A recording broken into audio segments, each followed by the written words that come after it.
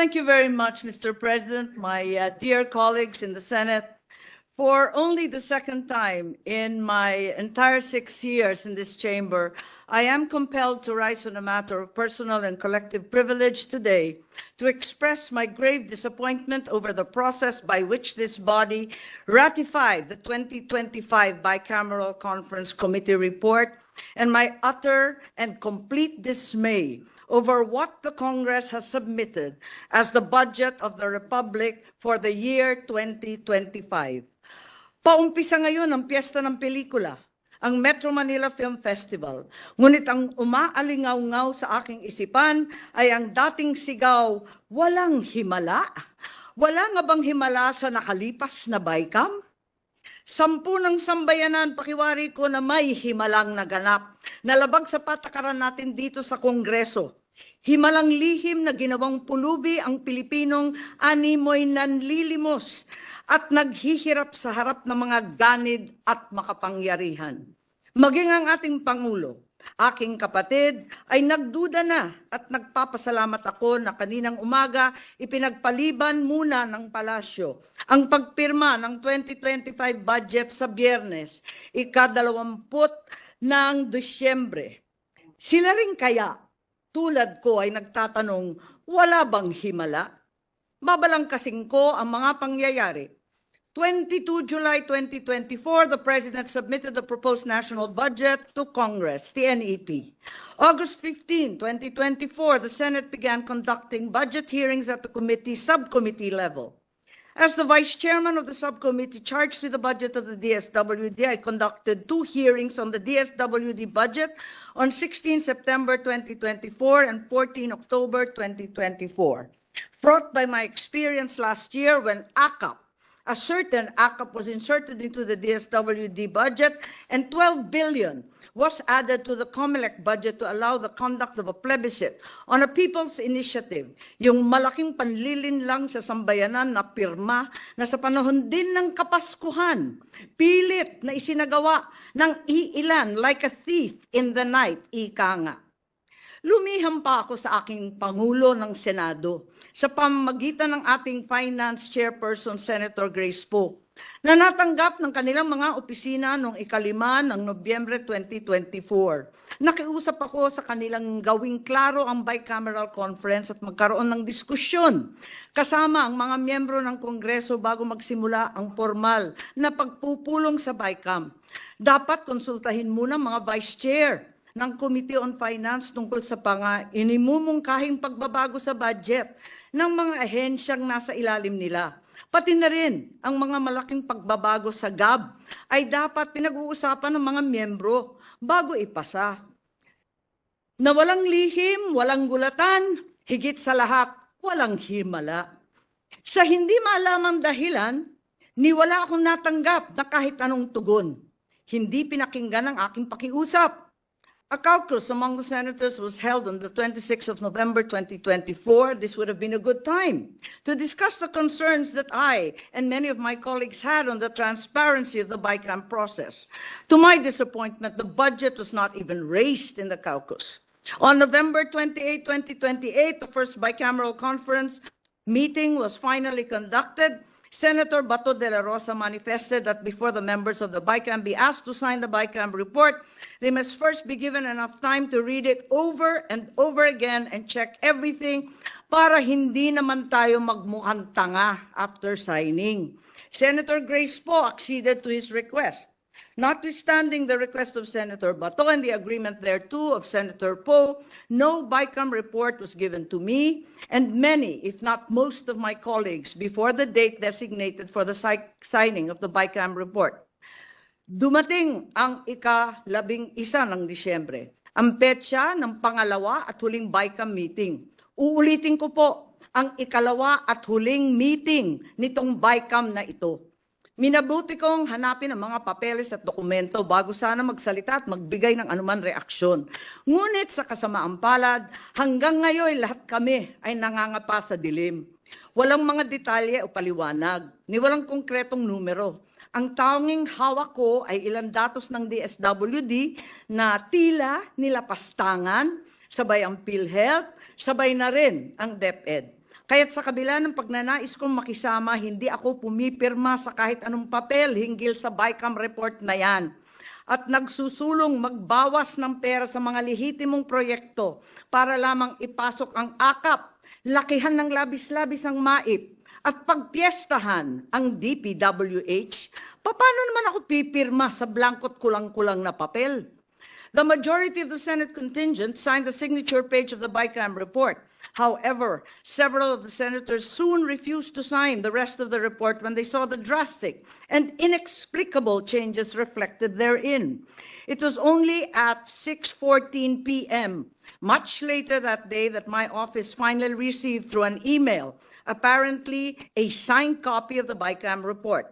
At approximately 8:20 p.m., members of the Senate purportedly ratified the BICAM report viva voce of the 2025 General Appropriations Bill.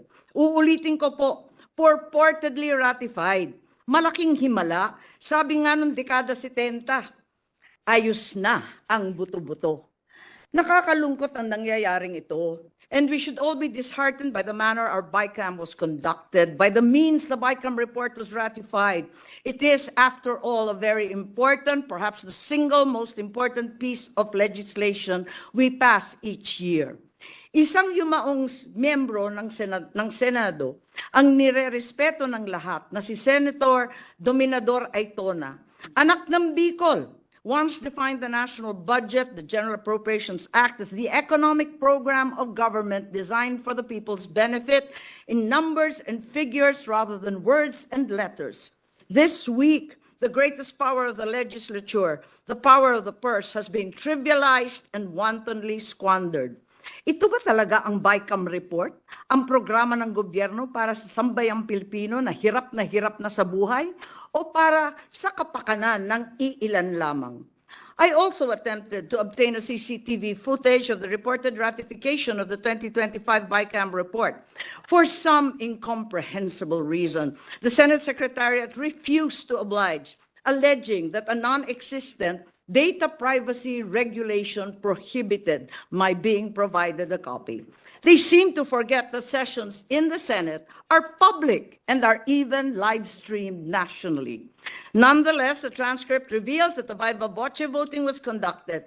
Did we bother to ascertain how many senators were actually present on the floor at the time? I certainly was no longer there, and so many other senators had determined to depart.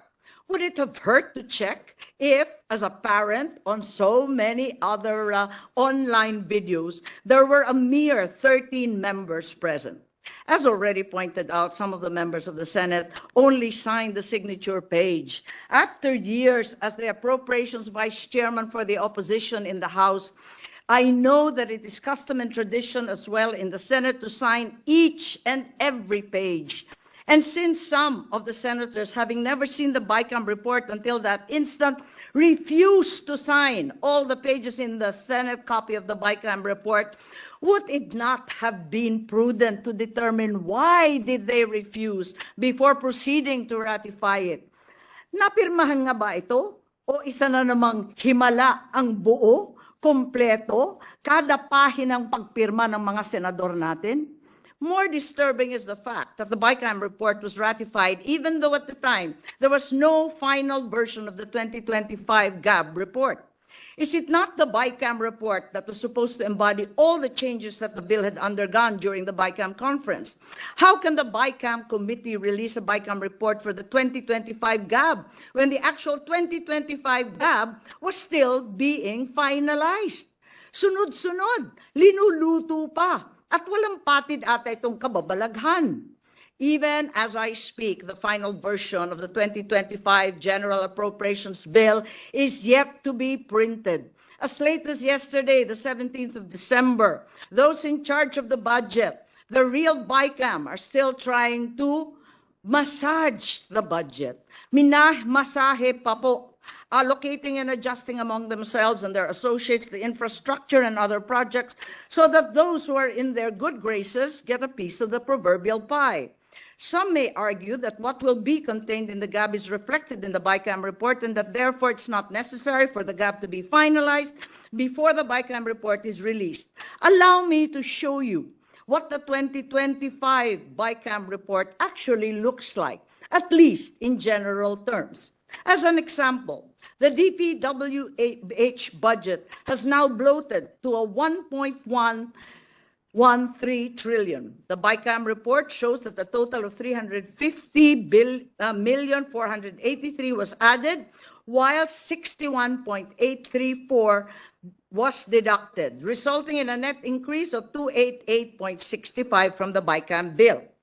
In the summary report, there is a mere single line as an explanation for this massive increase, simply stating various infrastructure projects. This runs counter to our rules. You and I know that under Rule 12, Section 35 of the Rules of the Senate, the committee report must contain a detailed and sufficiently explicit statement of the changes or amendments to the subject measure. The same section also provides there must be a comparative presentation of the conflicting House and Senate provisions and a reconciled version thereof, along with explanatory statement of the BICAM. Instead of that detailed explanation and comparative presentation demanded by our rules, we only got various infrastructure projects. VIPs pala. VIPs meaning very important persons. Sino-sino kaya sila? Gaya na sambit ko, hinihimay pa ang himala. Pero para sa ilang mga VIPs. Real talk, can anyone in this chamber, this august chamber, ascertain what are these infrastructure projects by just looking at the BICAM report? Can any of us determine what is included and comprising the additional 350 additional funding to DPWH, as well as the projects and programs defunded as part of the 61.834 reduction? I plowed through that BICAM report, which I did not sign, hoping against all odds that there was a better explanation somewhere. Alas, there is not even a joint explanation narrating what these changes were about and why they came about. The explanation, therefore, of the 288.65 billion increase in DPWH is once again various infrastructure projects, ang mahiwagang VIP. Ang hinihimala pa nga, very important persons, very important party lists kaya. When we were asked to sign the BICAM report, did any one of us have any idea what specific projects were being funded? If our job is to decide which programs or projects are funded, then we are remiss in fulfilling our obligations by approving a BICAM report that explains the 288.65 billion increase in DPWH with just 3 miserable words. Habang masusing sinusuri ng ating mga kababayan ang bawat detalye ng kanilang resibo sa grocery, ang bill sa kuryente para tiyakin tama ang bawat sentimo kanilang binabayaran, tayo naman dito sa Senado ay tila kontento ng pumayag sa 288 bilyong dagdag gamit lang ang 3 matalinhagang salita, VIP, various infrastructure projects. Sa totoo lang, ginagawa pa ba natin ang ating trabaho? Worse, the committee allotted a smaller budget to education than it did to DPWH, contrary to the clear command of Article 14, Section 5, Paragraph 5 of the Constitution, which requires that the state shall at all times assign the highest budgetary priority to education. Far from addressing the learning crisis and the decreasing digital divide, the BICAM cut 11 billion from the budget of DepEd, including 10 billion from the proposed computerization program. Sinabi ng Pangulo nung Lunes sa isang interview na ibabalik niya ang budget para sa computerization. Pero base sa BICAM report, ang suma total para sa edukasyon ay 925 billion lamang.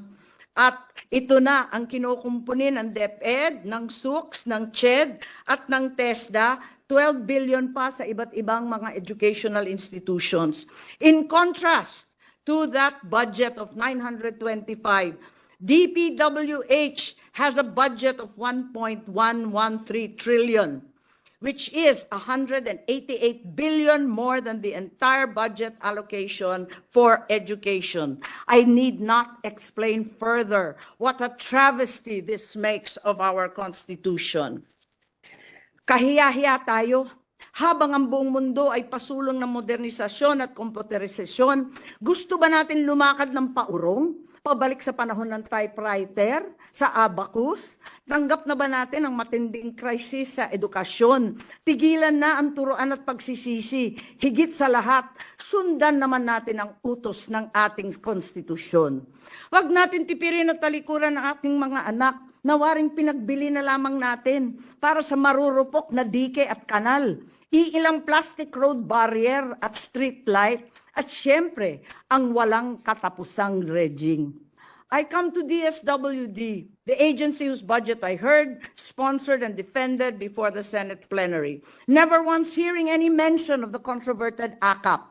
Under the 2025 NEP or the President's budget, the proposed budget was 229.787 billion. Neither did the GAB from Congress make any mention of ACAP.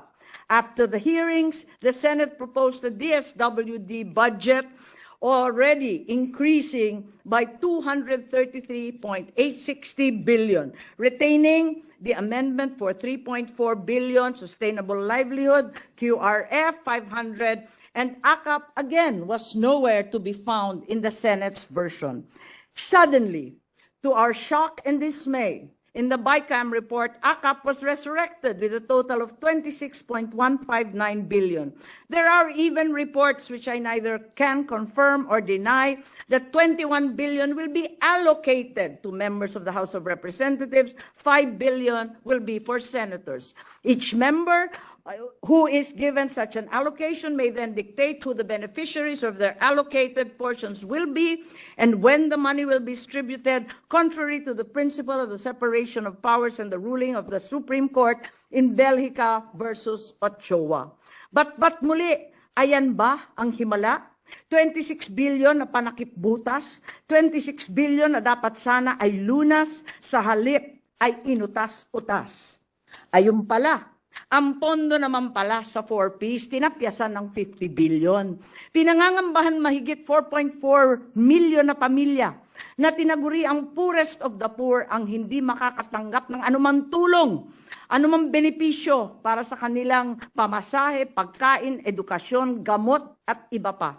Bukod dito, tinapyasan din ng mahigit kalahating bilyon ang sustainable livelihood exit strategy nitong mga 4Ps. At tinanggal din ang 2.7 billion cash for work para sa PWD, graduating students, at 3.3 billion sa ating mga magsasaka at mangingisda. Ang suma total na kinaltas sa pinakamahihirap ng ating lipunan ay 94 billion lamang. Universal healthcare was supposed to be prioritized. This is the reason that PhilHealth next year, in clear violation of Section 37F RA 11223 or the Universal Healthcare Act, which provides the national government subsidy to PhilHealth, is not to be included in the GAA, and instead, PhilHealth will have a zero subsidy next year. Tama nga ba ito o isa na namang himala? Habang ang ating mamayan ay nagkukumahog mabayaran ang kanilang premium sa PhilHealth, nagdesisyon na lamang tayo basta't ihinto ang kontribusyon ng pamahalaan at salakayin na lamang ang trust fund ng PhilHealth. Ngunit ang may dahilan daw, pinaparusahan ng mga namamahala sa PhilHealth dahil hindi nila inuubos ang kanilang budget para sa serbisyong pangkalusugan ng taong bayan. Kung katangahan at kabuktutan ng namamahala ng PhilHealth ang problema, solusyon bang parusahan ang mga naghihikasos na mga pasyente? Di pa sapat ang 90 billion excess ng PhilHealth na kinuha. Yung MOU ng nag-iisang party list, sisiruhin pa talaga ang PhilHealth, pati na rin ang ating mga nabubulok na mga ospital. Para lang madagdagan ng limpak-limpak na salapi ang MAIP, medical assistance. na nagmula sa NEP 26 billion lang, lumobo sa 72 billion sa Kongreso at nariyan 41 billion sa BICAM report.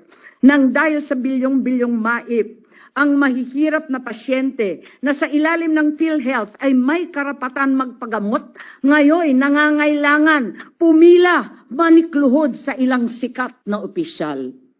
Ang pambansang budget na walang alokasyon para sa kalusugan ay parang pandemya. Kung paano ang isang sakit ay kumakalat at nag-iiwan ng pangamba, ganon din ang epekto ng kakulangan sa pondo para sa kalusugan. Mas maraming buhay ang nalalagay sa peligro, mas maraming tao ang nababagabag, mas maraming sakit ang nauuwi sa tiyak na kamatayan. And all that bravado and tough talk on defending the West Philippine Sea, please, it's all clearly just for show. Pakitang gilas lang pala, ang angas-angas, walang pambili ng bala, tapang-tapangan. Dahil sa halip na dagdagan, tinawaran pa nila ng 15 billion ang budget para sa AFP.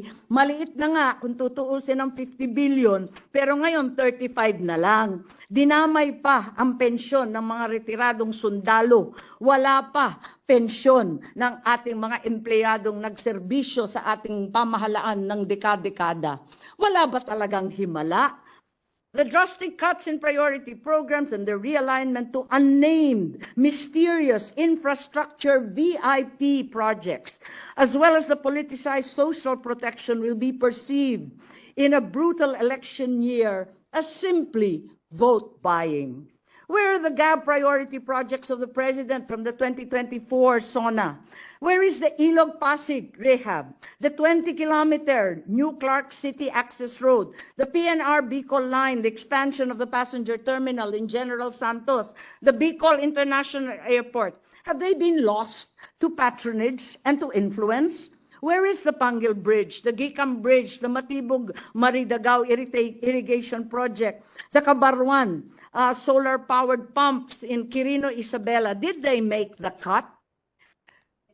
Various infrastructure projects. Sino yung mahihiwagang VIP na nagmamay-ari ng 1.1 trillion ng DPWH? We are making beggars of our citizens, improving healthcare, and allowing PhilHealth to expand its services. It's zero subsidy today. Requires the poor to grovel for guarantee letters from politicians with programs such as MAIP to indigent patients. Instead of uplifting 4.4 families of 4Ps from poverty and desperate need, they must now beg for AKAP. Instead of a comprehensive national flood control system in the world's most vulnerable country to climate change, we are victim yet again to those VIPs. Our desperation knows no measure. Nanawagan na ako sa aking kapatid, ang ating mahal na Pangulong Bongbong, na kung mahina ang aking boses mag-isa, ngayon nawa ay marinig mo ang sama-samang sumamon ng taong bayan. Hindi kailangan pang umabot sa veto, kundi ibalik na lamang sa BICAM tulad ng nangyari sa Magna Carta ng seafarers, ang anti-agricultural smuggling at iba't iba pang mga panukala. Huwag na munang pirmahan hanggat di pa nasasaayos muli nating mga mambabatas. Kahiya-hiya ito. Sa aking mga kapwang mambabatas, hindi pa huli ang lahat. Ang pagpapaliban ng Pangulo ng pagpirma ay hindi lamang pagbibigay ng pagkakataon sa mga mambabatas na itama ang maling gawain. Ito rin ay pagkakataon para sa administrasyon na iwasto ang mga kaalyado at bigyan ng limitasyon ng mga gampanin ng sang-ayon sa batas. Mahal kong mga senador, may pagkakataon pa tayong ibalik di lamang ang pondo sa wastong proyekto, kundi ibalik rin ang yinurakan dignidad at dangal ng bawat Pilipino. Maari pa natin talikdan ang ambisyon at bumalik sa linya ng serbisyo ng walang halong pamumulitika. Opo, eleksyon na sa susunod na taon, tatakbo ako. Ngunit kung magpapadalos-dalos tayo rito, ang epekto ay pangmatagalang panahon. Alam ko po, ilang araw na lamang Pasko na. Ngunit hindi pa rin natin pinapahupa ang usapin dahil ang mga sikmura ng mga nangangailangan ay hindi naman nagbabakasyon. Ang mga kapuspalod ay walang selebrasyon. Gawin natin ang tama, ibigay ang nararapat sa karapat-dapat. Hindi ito aginaldo ngayong Pasko dahil yun naman ay para talaga sa kanila. Ang pagtulong ng walang masamang motibo ay regalo natin sa ating kapwa Pilipino. At ang paggawa ng tama ay ang pinakamagandang regalo natin sa ating sarili. Maligayang Pasko po sa ating lahat.